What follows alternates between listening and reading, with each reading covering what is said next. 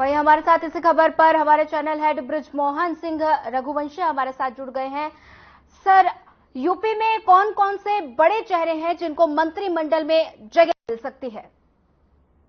देखिए, मैं आपको बताते चलूं, पहले तो आज के शपथ ग्रहण समारोह के बारे में आपको बता दूं। जी। तीसरी बार आदरणीय प्रधानमंत्री श्री नरेंद्र मोदी जी इस बार अपना प्रधानमंत्री का पद ग्रहण करने जा रहे हैं। हाँ जी। हम सबके लिए ये बड़ी सौभाग्य की बात है। देखिए, मैं अंतर्राष्ट्रीय स्तर पर सबसे पहले आपको बताते चलूं कि पूरे अंतर्राष्ट्रीय जगत में ये पहली बार ऐसा हो रहा है। मैं आपको बताऊं कि जिस समय कोरोना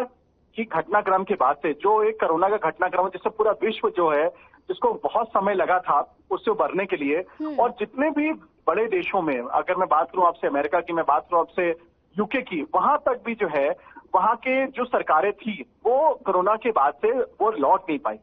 ये पहली ऐसी सरकार होगी भारत देश की जो कि कोरोना के बाद से प्रधानमंत्री नरेंद्र मोदी वापस लौट रहे हैं सत्ता में, और इन्होंने अपने आप को तीसरी बार ये यहाँ पे स्थापित हो रहे हैं प्रधानमंत्री के रूप में। ये सबसे बड़ी गौरवान्वित होने की बात है इस देश के लिए कि जहां विश्व के बड़े बड़े दिग्गज नेता हारते हैं चुनाव इस पैंडेमिक के बाद से, लेकिन हमारे प्रधानमंत्री श्री नरेंद्र मोदी जी वो आते हैं। और जहां तक बात रही उत्तर प्रदेश की, आप सिर्फ हम एक उत्तर प्रदेश की मैं बात नहीं करूंगा, मैं पूरे देश भर की बात करूंगा, सहयोगी दलों की बात करूंगा। देखिए, कोई भी मनोबल में कमी नहीं आई है। जितने भी मंत्री बन रहे हैं पूरे देश भर में, जो मंत्रियां हैं वो आप देखिए, वो चेहरे रिपीट हो रहे हैं जो पिछली सरकार के भी मंत्री थे। और जो अहम विभाग हैं देश के, जो भारतीय जनता पार्टी पिछले 10 वर्षों से जिसको उसने तमाम ऐसी योजनाएं शुरू की थी, तमाम ऐसे विकास के कार्य शुरू किए थे, उनको क्रियान्वयन कराने के लिए उनके ही लोग वहां पे रहेंगे। और भारतीय जनता पार्टी उस पर किसी भी दल को वो नहीं, चाहे वो सहयोगी दल हो, उनको वो विभाग नहीं देने जा रहे हैं। ये एक बड़ी बात है। और जहां तक चेहरों की मैं बात करूं आपसे, उत्तर प्रदेश में लगभग 33 लोग सांसद का चुनाव जीते हैं, लेकिन ये भी अभी वहां पे, क्योंकि ये देखिए पहला मंत्रिमंडल विस्तार, अभी मंत्रिमंडल विस्तार सिर्फ एक नहीं होता है, समय समय पर होते रहते हैं। तो जो चुनाव हारे हैं उनमें से भी अभी चर्चा है उस पर, क्योंकि देखिए ये मोदी मंत्रिमंडल का ये जो है ये पूरा विस्तार है, इसके बारे में आखिरी वक्त भी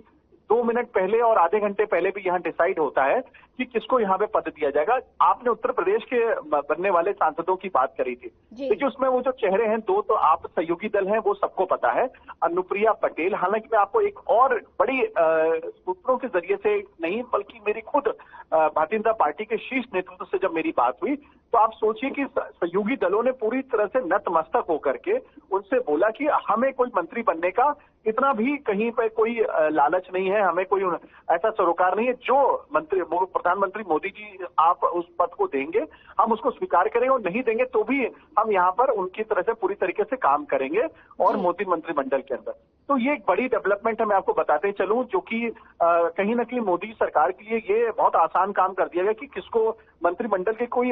अभी कोई हाथापाई जैसी चीज नहीं हो रही है, कोई बहुत ज्यादा दबाव की राजनीति नहीं हो रही है। और उत्तर प्रदेश से जो 2 सहयोगी दल हैं, अनुप्रिया पटेल, सोनीलाल पटेल जी की बेटी है ये, उनकी इसमें एक भूमिका रहेगी उनके, क्योंकि एक ही सांसद जीते हैं, 2 सांसद जीते हैं आपके जयंत चौधरी, जो चौधरी जीत सिंह जी के बेटे हैं, और चौधरी चरण सिंह जी के वो पोते लगते हैं। तो पश्चिम उत्तर प्रदेश में उनकी अपनी अलग भूमिका है। ऐसा माना जाता है कि जाटों में बहुत लोकप्रिय है वो। उनके 2 सांसद जीते हैं, तो निश्चित रूप से उनको भी एक मंत्री पद उनको दिया जाएगा, कैबिनेट या राज्य मंत्री। ये भी अभी इसमें कशमकश है, क्योंकि लगभग जो मेरी जो जानकारी है, मैं सुबह यहाँ शीर्ष नेतृत्व के साथ मेरी बातचीत हुई, कल भी मैं रात को देर रात एक बहुत वरिष्ठ नेता के साथ बैठा था जो संगठन के हैं, और उनके साथ जो मेरी परिचर्चा हो रही थी, तो वो ये कहते हैं ना, ये इस पार्टी के अंदर एक बड़ी भूमिका है। संघ के बारे में मैं आपको बताता चलूं कि चर्चा हो रही थी कि संघ ने इस बार दूरी बनाई थी। देखिए, जब जनता का जब मत होता है किसी को जिताने का, जनता का मत इस बार ये नहीं हुआ है कि मोदी जी को हराने का, जनता का मत इस बार कुछ ऐसे लोगों को उन्होंने जिता दिया जो जनता को लग रहा था कि जिन्होंने जनता को कहीं ना कहीं अपनी जो बात पहुंचाने में वो सफल रहे। उसमें आप राहुल गांधी को मानिए, लगभग 10 वर्षों से वो मेहनत कर रहे थे, 2 चुनाव बहुत बुरी तरह हारे, तो ये स्वाभाविक है, उसकी मेहनत के बाद से जनता उनको कहीं ना कहीं उनको सिंपैथी देती है। अगर स्मृति ईरानी चुनाव अगर वहां से हारती है अमेठी से, तो इसका ये कतई मतलब नहीं कि उनको वहां पे हराया गया है। आप ये कह सकती हैं कि जो किशोरीलाल शर्मा है, मैं किशोरीलाल शर्मा जी को लगभग 20 वर्षों से मैं जानता हूँ, क्योंकि वो इस वजह से मैं जानता हूं, जब यूपीए की सरकार 2004 से 14 तक थी, तो सोनिया जी के जो प्रतिनिधि के तौर पे हम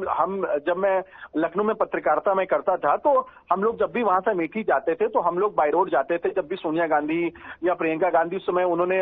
जो नया नया आना शुरू किया था, वहां पे राहुल गांधी जी भी जब आते थे, तो किशोरीलाल शर्मा जी हम सब पत्रकारों को वो व्यवस्था कराते थे रुकवाने की, हम सब लोगों को वही बाइट दिलवाते थे। तो किशोरीलाल शर्मा तब से जुड़े हुए हैं। तो देखिए, तो ये जो जीत हुई है, ये किशोरीलाल शर्मा की जीत ज्यादा बड़ी होगी, मैं ये कहूंगा, ना कि वो स्मृति ईरानी की हार हुई है। क्योंकि स्मृति ईरानी तो वहां पे उन्होंने राहुल गांधी को हराया, यही बहुत बड़ी बात थी उस समय, क्योंकि एक नया चेहरा आ रहा था और उन्होंने उस समय वहां पे चुनाव जीता और अपना घर तक उन्होंने बनाया है। और अन्य चेहरों की मैं आपको बातचीत बताऊं, क्योंकि देखिए, मैं शपथ ग्रहण समारोह में लगभग 8 से 10 हजार की जनसंख्या आने वाली है और बीजेपी मुख्यालय से ही सबको पासेज इश्यू हो रहे हैं। मैं आपको ये भी बताते चलूं,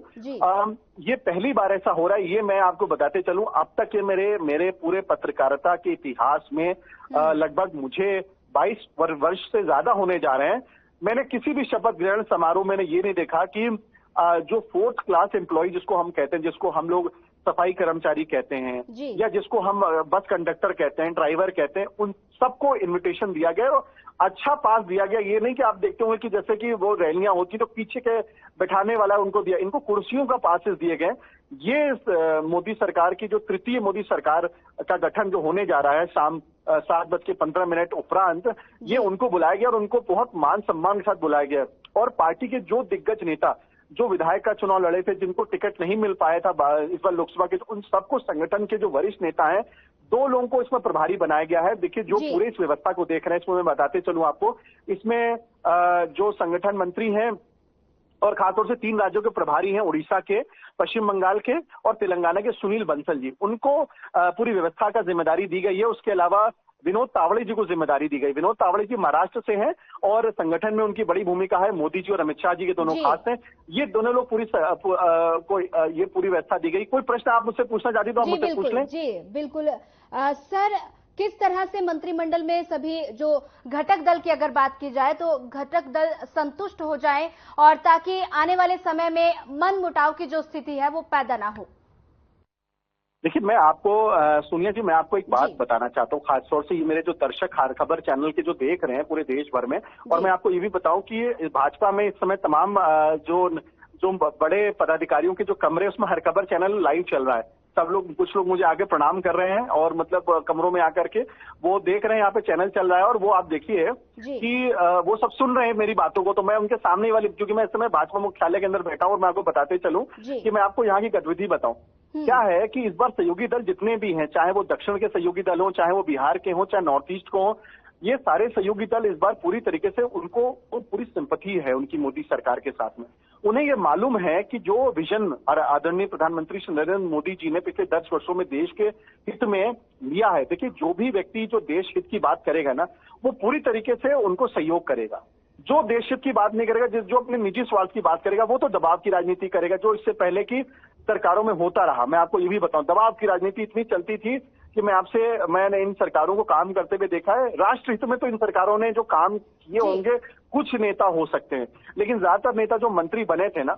जो आपने कई सारे घोटाले सुने थे दक्षिण के, जिसमें कई सारे सांसदों के नाम आए थे, मंत्रियों के नाम आए थे, आज वो हो सकता है 22-24 सीटें लेकर के दक्षिण के वो नेता, मैं उनका नाम नहीं लेना चाहता हूं, वो आ तो गए हैं सरकार, वो आ तो गए हैं सांसद के रूप में, लेकिन उनके अंदर राष्ट्रीयता नहीं है। राष्ट्रीयता जिनके भी अंदर है, उन्होंने पूरी तरीके, अगर राष्ट्रीयता नहीं होती सोनिया, तो मैं आपको बताते चलूं कि इस समय नरेंद्र मोदी जी शाम को 7:15 बजे भाजपा सरकार नहीं बना पा रही होती, क्योंकि वो सब के सब चले गए होते